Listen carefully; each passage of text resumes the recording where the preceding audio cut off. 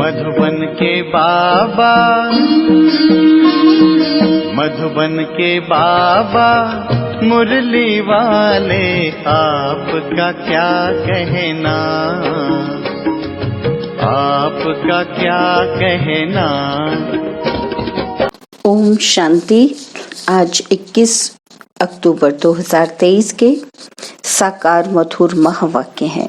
आज मीठे मीठे बाप दादा बोले, मीठे बच्चे सदा खुशी में तब रह सकेंगे जब पूरा निश्चय होगा कि हम भगवानुवाच ही सुनते हैं। स्वयं भगवान हमें पढ़ा रहे हैं। बाबा ने कहा, मीठे बच्चे सदा खुशी में तब रह सकेंगे जब पूरा निश्चय होगा कि हम भगवानुवाच ही सुनते हैं। स्वयं भगवान हमें पढ़ा रहे हैं।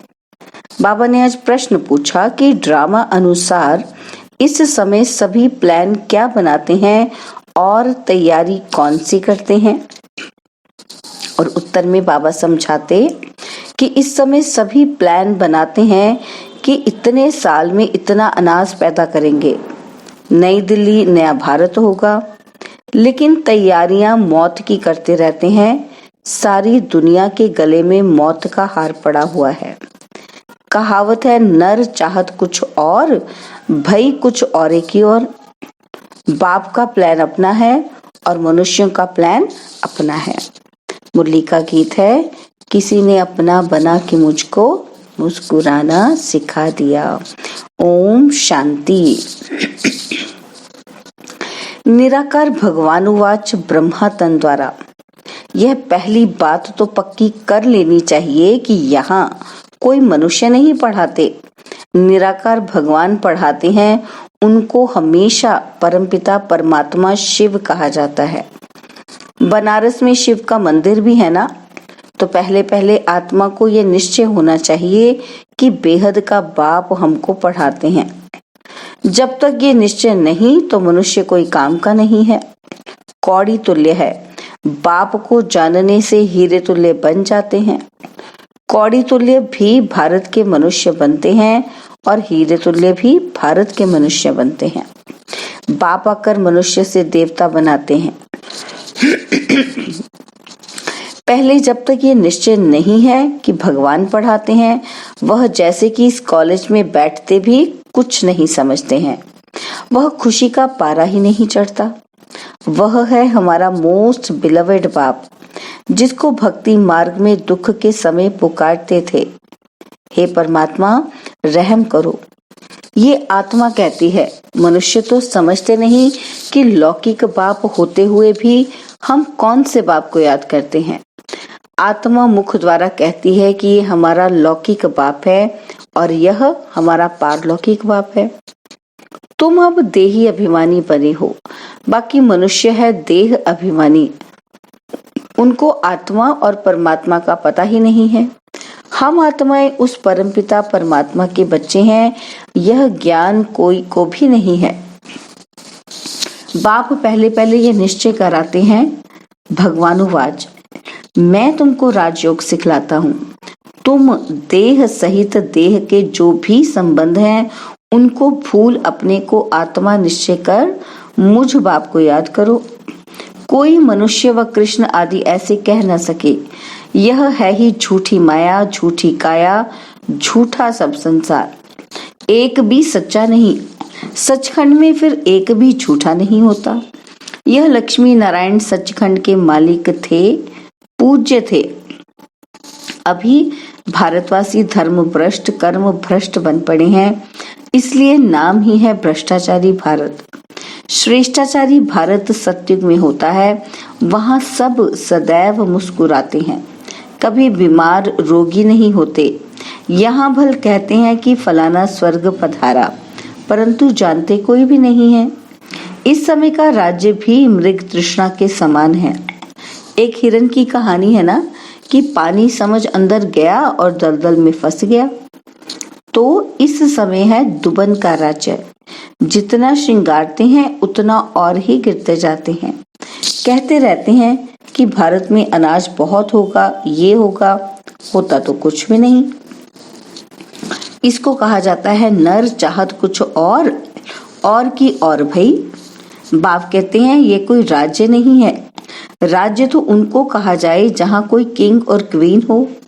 यह तो प्रजा का प्रजा पर राज्य है, इररिलीजियस और अनराइटियस राज्य है। भारत में तो आदि सनातन देवी देवताओं का राज्य था। अभी तो कितने धर्म भ्रष्ट कर्म भ्रष्ट बन गए हैं। ऐसा और कोई देश नहीं जो अपने धर्म को नहीं जानते हो। कहा भी जाता है रिलीजन इज माइट। देवताओं का तो सारे विश्व पर राज्य था, अभी तो बिल्कुल ही कंगाल है।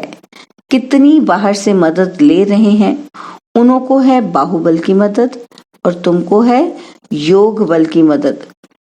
तुम बच्चे जानते हो मोस्ट बिलवेड बाप है जिससे हमको 21 जन्म के लिए सदा सुख का वर्षा मिलता है।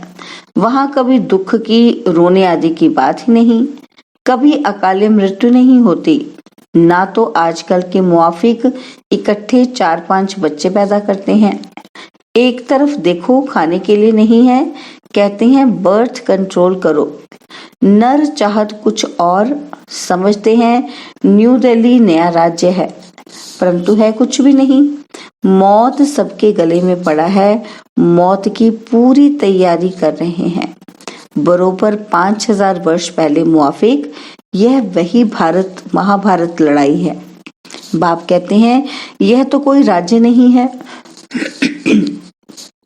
यह मृग तृष्णा मिसल है। द्रौपदी का भी मिसाल है ना। तुम सब द्रौपदियां हो। बाप का तुमको फरमान है कि इन विकारों पर जीत पहनो। हम प्रतिज्ञा करते हैं कि हम सदा पवित्र रह भारत को पवित्र बनाएंगे। यह पुरुष लोग पवित्र रहने नहीं देते। कई गुप्त गोपिकाएं कितना पुकारती हैं कि यह हमको मारते हैं। तुम जानते हो यह काम महाशत्रु तो मनुष्य को आदि मध्य अंत दुख देने वाला है।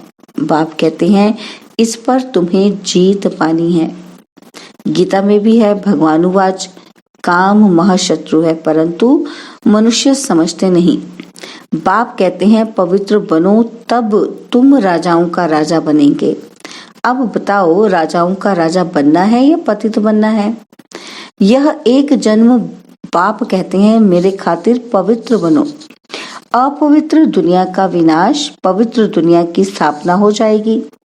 आधा कल्प तुमने विष पीते पीते इतना दुख देखा है तो तुम एक जन्म ये छोड़ नहीं सकते हो। अब पुरानी दुनिया का विनाश और नई दुनिया की स्थापना हो रही है। इसमें जो पवित्र बनेंगे और बनाएंगे वही ऊंच पद पाएंगे। यह राजयोग है। तुम कहते हो हम ब्रह्मा कुमार कुमारियां हैं, तो बरोबर प्रजापिता ब्रह्मा की संतान भी हैं। ब्रह्मा शिव का बच्चा है, तुमको वर्षा देने वाला शिव है। यह इनकॉर्पोरियल गॉड फादरली यूनिवर्सिटी है। वह हेवन स्थापन करने वाला वर्षा देने वाला शिव है। वही गॉड फादर ब्लिसफुल नॉलेजफुल बाप बैठ पढ़ाते हैं। परंतु जब देह अभिमान निकले तब बुद्धि में बैठे। तकदीर में नहीं है तो फिर धारणा नहीं होती। बरोबर जगत पिता के तुम बच्चे हो। ब्रह्मा कुमार कुमारियां राजयोग सीख रहे हैं, तुम्हारा ही यादगार खड़ा है। कितना अच्छा मंदिर है। उनका अर्थ तुम बच्चों के सिवाय कोई भी नहीं जानते। पूजा करते माथा टेकते सब पैसे गवा दिए। अभी बिल्कुल ही कौड़ी तुल्य बन गए हैं। खाने के लिए अन्न नहीं, अब कहते हैं बच्चे कम पैदा करो। यह कोई मनुष्य की ताकत नहीं जो कह सके कि काम महाशत्रु है। यह तो जितना कहेंगे कम पैदा करो उतना ही जास्ती पैदा करेंगे। कोई की ताकत चल नहीं सकती। तुम बच्चों को पहले पहले यह बात समझानी है कि ये गॉड फादरली यूनिवर्सिटी है। भगवान एक है। यह एक ही चक्र है जो फिरता रहता है। ये समझने की बातें हैं। मित्र संबंधियों आदि को भी यह रूहानी यात्रा का राज समझाना है। जिस्मानी यात्रा तो जन्म जन्मांतर की, यह रूहानी यात्रा एक ही बार होती है। सबको वापस जाना है। कोई भी पतित यहाँ रहना नहीं है। अभी कयामत का समय है। इतने जो करोड़ों मनुष्य हैं, यह सब तो सतयुग में नहीं होंगे, वहां बहुत थोड़े होंगे। सबको वापस जाना है। बाप आए ही हैं ले जाने। जब तक ये नहीं समझते हैं तब तक स्वीट होम और सुखधाम याद पड़ नहीं सकता। याद करना तो बहुत सहज है। बाप कहते हैं स्वीट होम चलो, मेरे सिवाय तुमको कोई ले नहीं जा सकता, मैं ही कालों का काल हूँ। कितना अच्छी रीति समझाते हैं। परंतु वंडर है, इतने वर्षों से रहते हुए भी धारणा नहीं होती।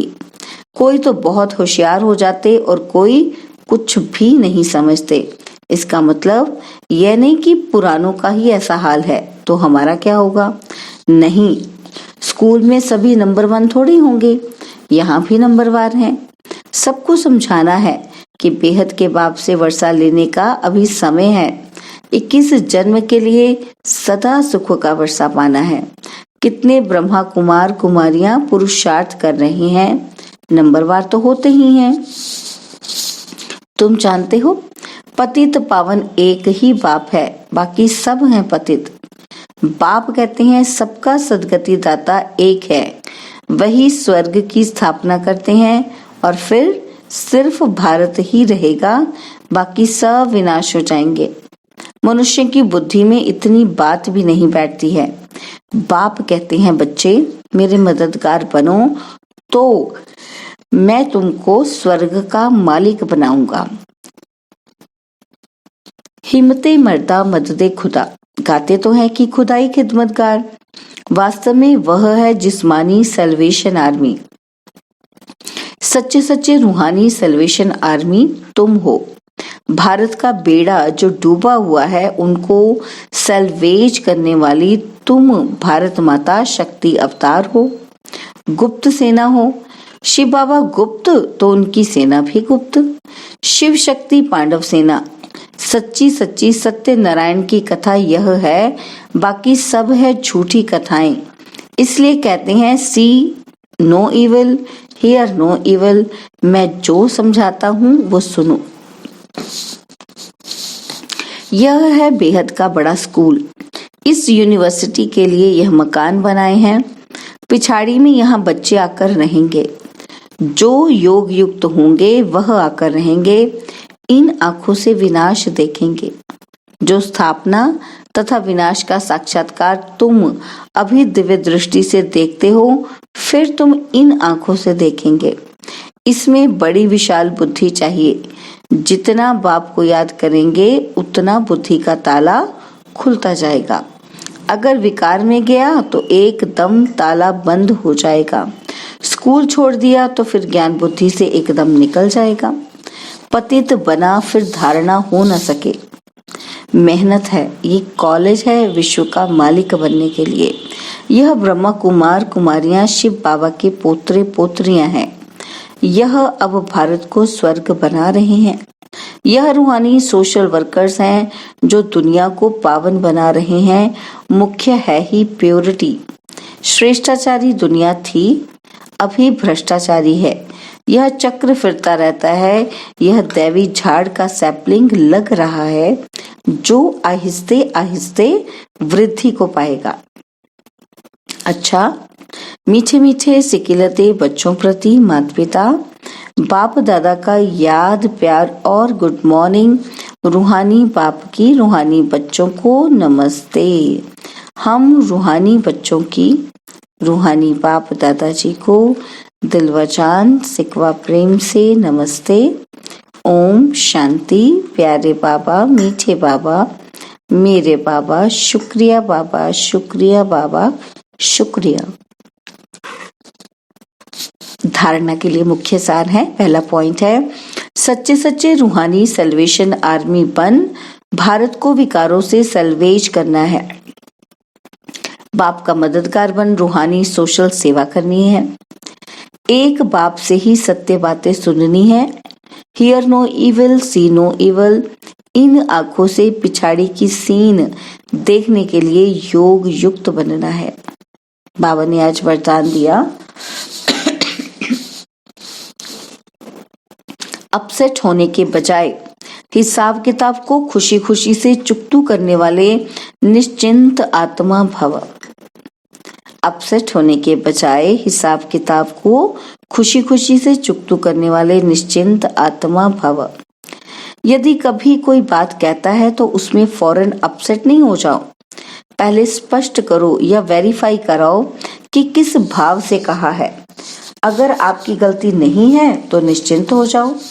यह बात स्मृति में रहे कि ब्राह्मण आत्माओं द्वारा यहाँ ही सब हिसाब किताब चुकतू होने हैं।